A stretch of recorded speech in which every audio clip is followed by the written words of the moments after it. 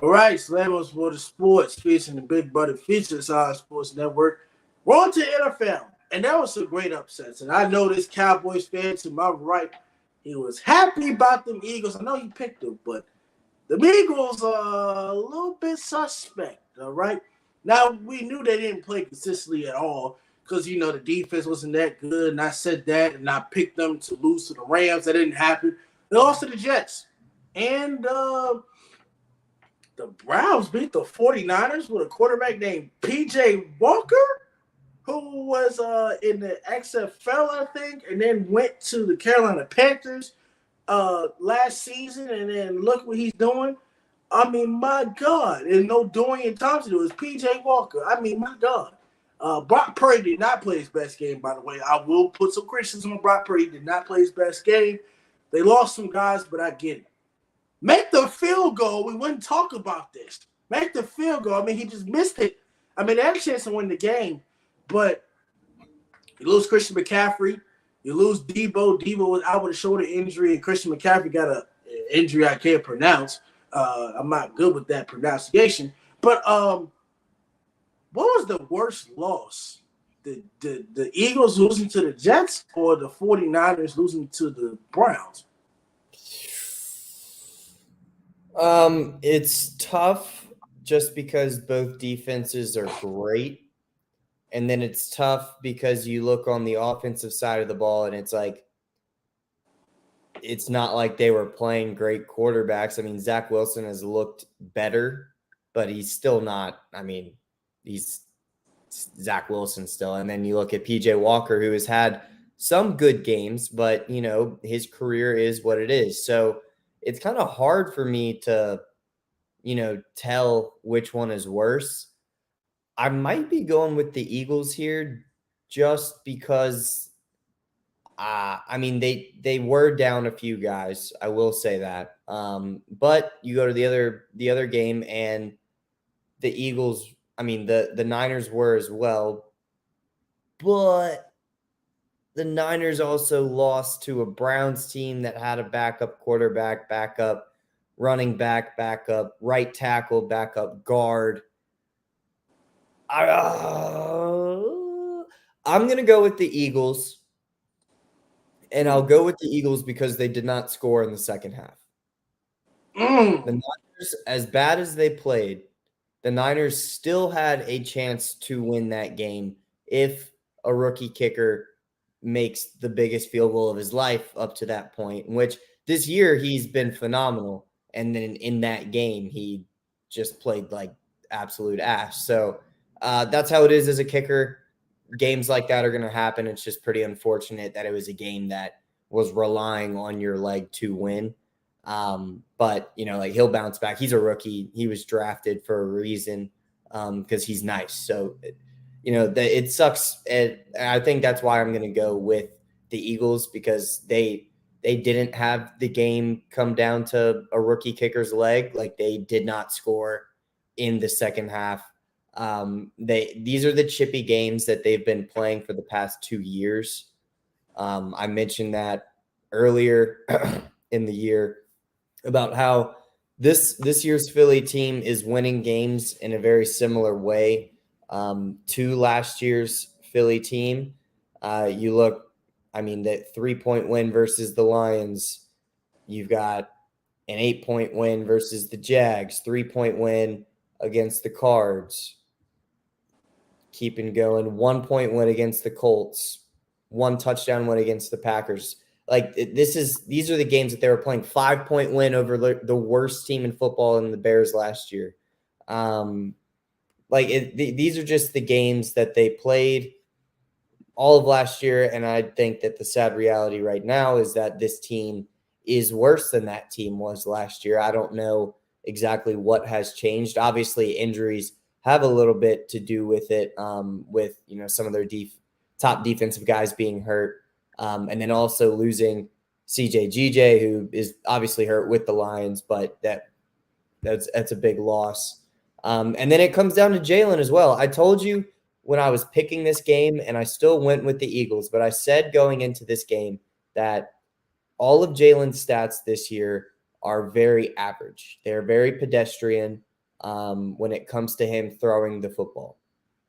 And that's not like breaking news for Jalen Hurts. I mean, last year was obviously a great year for him in the year, but it's not like he was still one of the leading passers in the league. And that was like his one flaw that people were picking at him last year before, he was an MVP caliber player. People were saying, like, this is Jalen's prove it year. He's got to prove that he can do it. And obviously he did. And he earned that contract and everything. But, I mean, this is the same Jets defense that Dak threw 82% against. And he threw 3 picks. Obviously, one was not his fault. So I'll give him the same leeway I give Dak when it comes to that stuff. If it hits your receiver in the hand or in the chest and it winds up as an interception, that's not on the quarterback. So I'll give him that same leeway that I give to my guy. But, I mean, he still didn't play particularly well. That it doesn't take anyone that knows football to know that. You could have just watched that game and seen like, oh, this is an average quarterback, which I don't think he is, but that's how he played in that game. And it's kind of how he's been playing all year. He's got 7 interceptions, which is second in the league, which. What? I heard a lot over the offseason. And I heard a lot of shit talking about a certain quarterback throwing interceptions. And then during training camp, when we had the best secondary in the league pre-injuries, during training camp, people were like, oh, Dak is throwing interceptions. And he threw like 40 touchdowns to 16 interceptions or something like that in training camp against one of the best defenses in the league. And people were losing their shit. Oh, Dak is going to be Dak. Dak is going to suck, blah, blah, blah. Well, your guy's now leading the division, leading the NFC in interceptions, and he's second in the league. So let's just pump the brakes a little bit on the Jalen Hurts. And this isn't directly at you. This is just to Eagles fans and also Dak haters at the same time. Let's pump the brakes a little bit with the criticism when it comes to interceptions, because all of a sudden the shoe's on the other foot. And it's not very fun when your quarterback is the one being victimized by some bad wide receiver and tight end play, but also not making very good decisions. Now I get Dak just had a 3 interception game. I understand. And in the same light, I think Dak threw 2 interceptions and had 3, just like Jalen did in this game. But looking at it, our defense allowed 1 touchdown and a field goal against them. They let Zach Wilson, not that Zach Wilson was the reason they won. I'm not going to go that far. But Zach Wilson didn't look like an absolute trash quarterback out there, which was pretty encouraging if you're a Jets fan. But, I mean, he didn't look super bad. He didn't have a great QBR. The rating was okay. But he did enough for them to win a game where the defense was really carrying the weight. And I know I'm talking a lot about this, but it's pretty fun to me that the Eagles lost against a team that we demolished. So, I'm going to bask in it, and I'm going to go into tonight fully accepting any criticism that might come afterwards if we do lose after me talking this much shit. But it's pretty, it's just, this is the same type of shit that the Eagles were doing last year. The difference is they were winning these games, and they have this year. Obviously, they're 5-1. But if this is any tell of the direction, I'm pretty encouraged. Well, I would like to say the Eagles' worst loss, but I just have to say the 49ers because Brock Purdy did not play like Brock Purdy. Now, I get it. He's only played 15, 16 games, including some from last year. But a lot of you said that Brock Purdy is an elite quarterback. Now, I don't think he's elite just yet. He's a good quarterback that wins your games. But there's a difference between being good and being elite. He's not elite. All right? Tom Brady is an elite quarterback. Aaron Rodgers is an elite quarterback. Patrick Mahomes is an elite quarterback. Now, I know I said Brock Purdy did well against the Cowboys and all that, but I didn't say Brock Purdy was an elite quarterback. No. He's not an elite quarterback.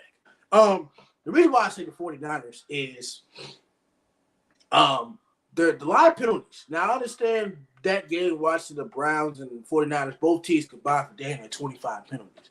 I get that. But the holding penalties for the 49ers really cost them.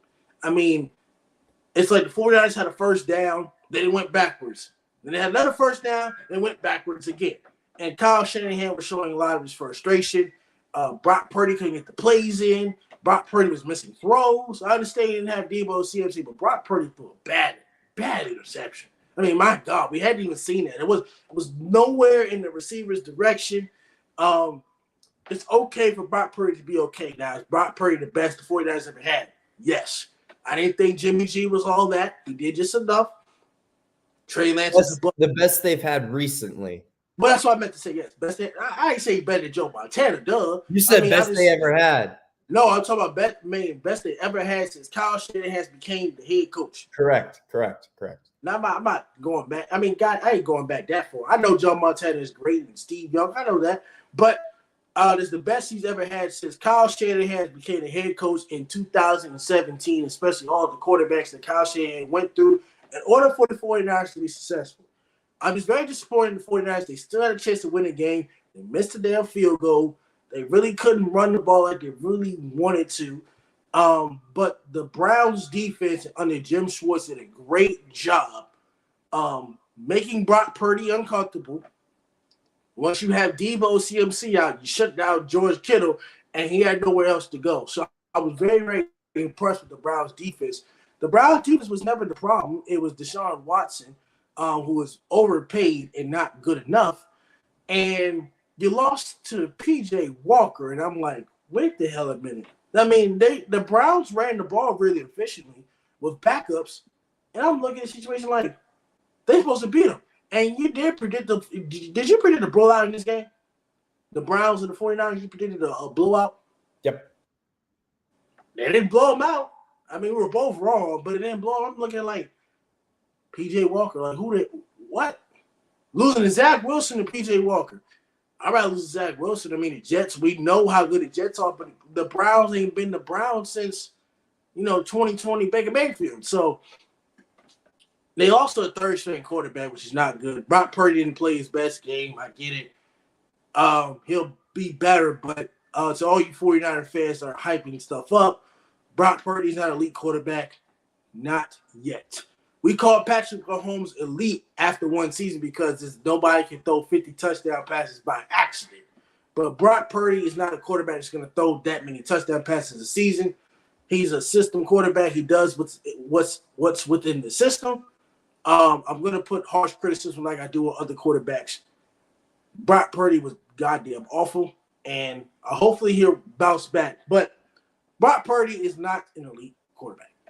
That's all I have to say about this. You can get mad all you want, but you see it. I mean, missing throws. Everybody misses throws. Everybody has a bad day. I'm not bashing man's career for it, but Brock Purdy's not elite.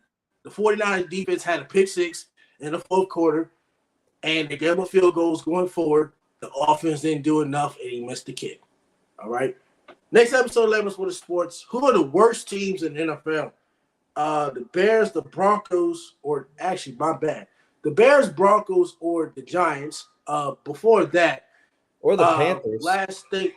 Yeah, that's what I'm saying. Panthers. Panthers have lost 6 straight games. There's concerns and some talk about Frank Reich being on the hot seat after one season. They gave Bryce Young too much on the plate. I guess the verbiage of the play calling is way too much. Will Frank Reich be fired after 1 year? I think it's wrong to fire a coach after 6 games. We didn't expect nothing out of Carolina, but David Temper, I think the GM, the owner, I think is very impatient. They've been having weekly meetings. Frank Reich's been coming out saying the meetings are not as fun. But will he be fired at some point this year? I think that'd be pretty screwed up. You gotta, looking at what you gave him. Now, Thielen has obviously, statistically, he's been a top 10 wide receiver this year. So I'm not going to say that Thielen's not great or anything like that. But you gave a rookie quarterback the second worst O-line in football, if not the worst. I know you got a running back in Miles Sanders, but he's been awful this year and he's been hurt as of recent. And then, like I said, in the wide receiver room, I mean, Adam Thielen is your only target, pretty much. I mean, DJ Chark, Mingo, Laviska Shenault, they've all been Terrace Marshall. I mean, they've been garbage this year. So, and whether or not that's all on them, it's probably not all their fault. But just looking at what we've seen so far, Adam Thielen is by far the best receiver on that team with a running back who's not performing and a terrible O-line. I think it would be pretty unfair to fire him that quickly. Well, I don't have too much on that. He might get fired, he might not. That depends on David Tepper. Is very patient. He just bought the team not too long ago after Cam Newton was gone and whatnot. So he's one of the new owners, but hopefully he doesn't pull the trigger too fast. Next episode, who is the worst team in the NFL?